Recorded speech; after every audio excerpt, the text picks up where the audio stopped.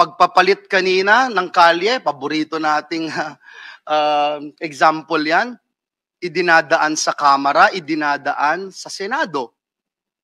Ito pa kayang pagpapalit ng kaluluwa ng bayan? I wish to take advantage of the presence of our distinguished former associate justices of the Supreme Court when, in particular, they say that the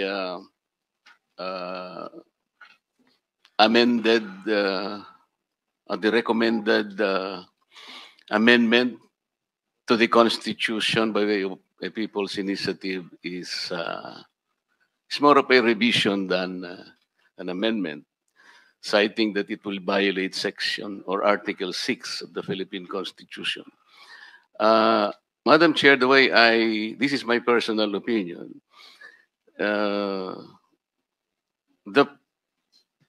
when we call for the congressional or the constituent assembly, it's the first mode to amend the Constitution or revise the Constitution. It says amendment to or revision of this Constitution may be proposed by 1, the Congress upon 3/4 vote of all its members. So I'll proceed from that.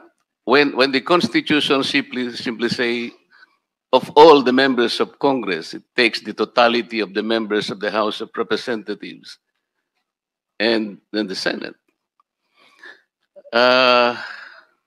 Paano po yun, Justice Ascuna or Justice Carpio?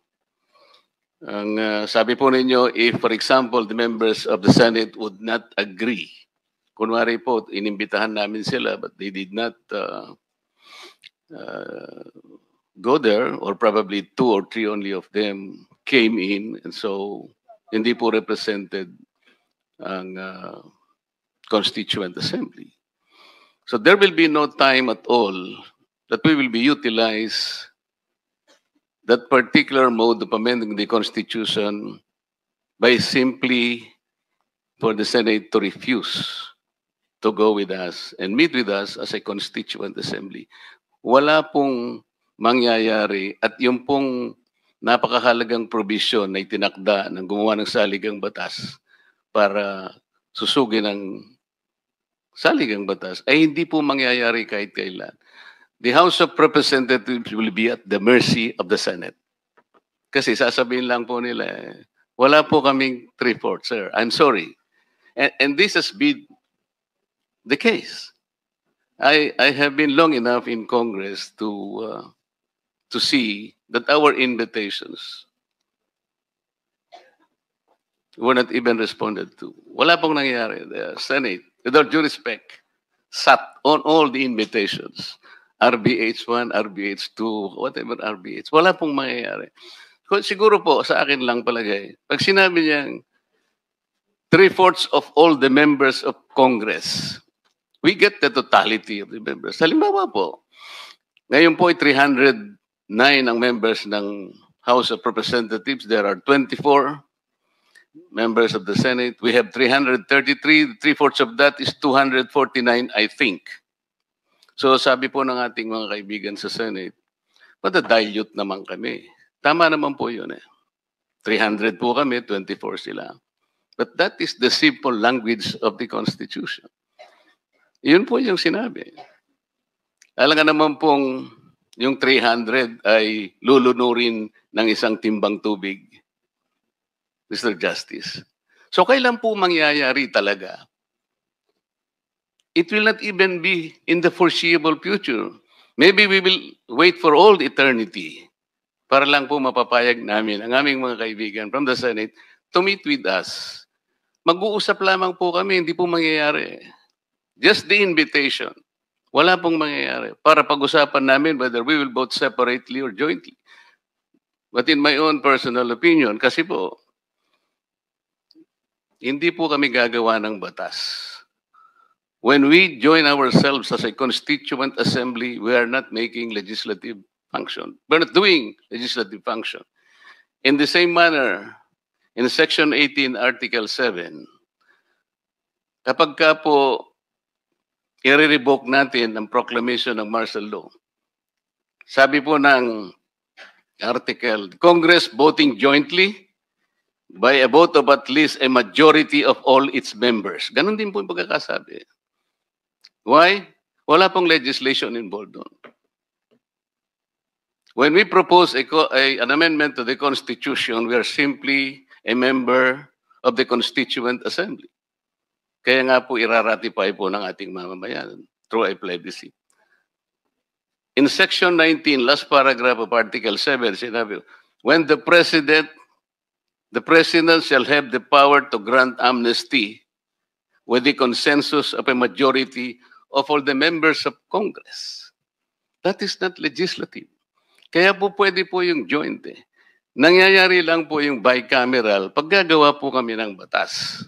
Tama po yung sinabi ni Majority Leader Joel Villanueva. Magpapalit po kami ng kalye. Legislation po yun eh. So magbabicam po yun. In this case, we are not doing legislative function. We are simply proposing an amendment to the Constitution. That is a constituent power. Ginagamit po namin, that is not legislative. Ang totoo po nun, ang mag-a-approve naman po ng aming proposal, yung pong mga mamamayan natin. Siguro po, Madam Chair, it is a respectful request for everybody to consider na baka naman po hindi separate voting talaga. Kasi po, ang totoo niyan, yung gumawa po ng saligang batas, Madam Chair, kung gusto po niyang i-distinguish, isa na lamang po, sabi po nila, katulad po nung Section 11, last paragraph, Article 7, kung gusto po nung gumawa ng saligang batas na i-distinguish talaga, joint voting, joint assembly, ganito po sinasabi, Section 11, last paragraph, Article 7. Congress determines by 2/3 vote of both houses voting separately, tingnan po ninyo, of both houses voting separately that the President is unable to discharge the powers of his duties. Dinidistingue po niya eh. Section 9, Article 7. In case of a vacancy in the office of the Vice President, the President's nominee from the Senate or House of Representatives shall assume office upon confirmation of a majority vote of all the members, both of both houses, voting separately. So, Madam Chair, may pagkakataon po sa buhay ng ating saligang batas, kung minsan sasabihin niya na, i-distinguish niya, voting jointly or in joint assembly, voting separately. But in this case po, napansin ko, pagka po hindi tayo gumagawa ng batas, if we are not in a legislative work, ang sinasabi po ng gumawa ng saligang batas, it is simple, the totality of all the members of Congress. Kaya tingin ko po doon, joint voting. Salamat po, Madam Chair. Maraming salamat, Congressman Marcoleta. Nagmamadali po tayo dahil may session pa kami ng 3:00. Wait lang, Madam Chair, because you know, this is very, very important. Ang sinabi ko po kanina, kino-qualify ko. But may I thank Justice Carpio for coming to the Senate Yes, ma'am. and enlightening us with his extraordinary perspective and participation in all that Yes. past in our history. So, yes, Congressman Marcoleta, we have session. I made a qualification, Madam Chair, na kapag ang Congress po ay nagsanib para sa Constituent Assembly, hindi po kami gagawa ng batas. Wala po yon. Tingnan po ninyo, Justice Carpio, Section 3, Article 11. The House of Representatives shall have the exclusive power to initiate all the case of impeachment. Hindi bicameral po yun, kami lamang po yun. Yung constitutional, yung Commission on Appointments, this is an independent body enshrined in the Constitution. Hindi po ang gawain namin po doon ay gumawa ng batas. We are there to evaluate and test the competence and the merits of the appointees of the President. Wala po kaming ginagawang batas doon. That is why doon po voting jointly kami. And we are members of a constituent body. Ay, sinasabi po rin CA. Hindi po ba? Pagka po nagkaroon ng trial sa Senate, pagka po yung impeachment, di po kami, ang Senate lang po is dissolved, trial. Nakalagay din po sa Constitution, that is not even bicameral. When a treaty or international agreement shall be valid and effective if concurred in by at least two-thirds of all the members of the Senate. Hindi po kami kasali doon. That is not bicameral.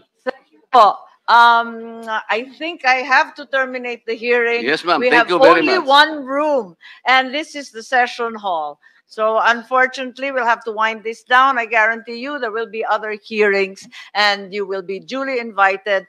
For the representatives from the other groups, we can invite you at the next hearing. I'm sorry. Senator Poe is back. Would you like to add? Oh, yeah, no. Okay, Majority Leader, please. Thank you. I just can't help but make a short comment, Madam Chair, because I was listening to a press conference that is now going on with the other house, and some of our counterparts were saying that we should not be doing or conducting this investigation, which I don't feel is proper, Mr. President, Madam Chair. I think it should be noted that a lot of government funds were used, a lot of videos and even recordings, text messages, etc. Yung nakita natin. Sana lahat po tayo on board dito bilang mga kawani ng pamahalaan. Maging interesado tayo kung ginagamit yung pangalan natin, ginagamit yung opisina natin. Sana maging interesado tayo doon sa katotohanan na mayroong mga instances, Madam Chair, na yung naghihirap, naghihikahos na kababayan natin, humihingi ng tulong sa gobyerno, ipagkakait yung tulong kung hindi pipirma. Nakakasalukasok po yun. Kahit sinong Pilipino, hindi dapat baliwalayin yun. And that's the main reason, Madam Chair, that's why we are conducting this hearing. But on another note, because my good friend, our good friend, the brilliant lawyer from the House, Senator Congressman Marcoleta mentioned my name, I think it is clear for our people when we get elected as members of the Senate or the House of Representatives. It's very clear, Madam Chair, that we are not only being tasked to legislate laws. We are tasked even to exercise our mandate, to exercise our oversight function in ensuring the checks and balances exist. May nag-check, may nagmamatsyag, may nagbabantay sa executive, maging sa budget ng judiciary, dumadaan ho sa Kamara at dito sa Senado. Yung pagpapalit kanina ng kalye, paborito nating example yan, idinadaan sa Kamara, idinadaan sa Senado. Ito pa kayang pagpapalit ng kaluluwa ng bayan? Isang boto lang, ibig sabihin yung bumoto doon sa Batanes na 7,000 votes lang, congressman ka na, versus ang pinakamababang senador na na-elect, 15 million votes. Pareho lang yung boto nila. Ganun ba talaga yon yung intention ng framers of our Constitution? So I just wanted to put that on record, Madam Chair, and again, appeal to our colleagues, to our counterpart, na hindi po biro itong nangyaring peking initiative na ito. Marami pong nagrereklamo. Tao ho, humihinga, naghihingi ng tulong sa gobyerno, nagdarahop, dinadanglil yung AIX, pag hindi ka pumirma, hindi kita bibigyan. We should all be united on this matter, Madam Chair, na i-reject natin ito, siguruhing panagutin kung sino man ang nasa likod nito. Maraming salamat, Madam Chair.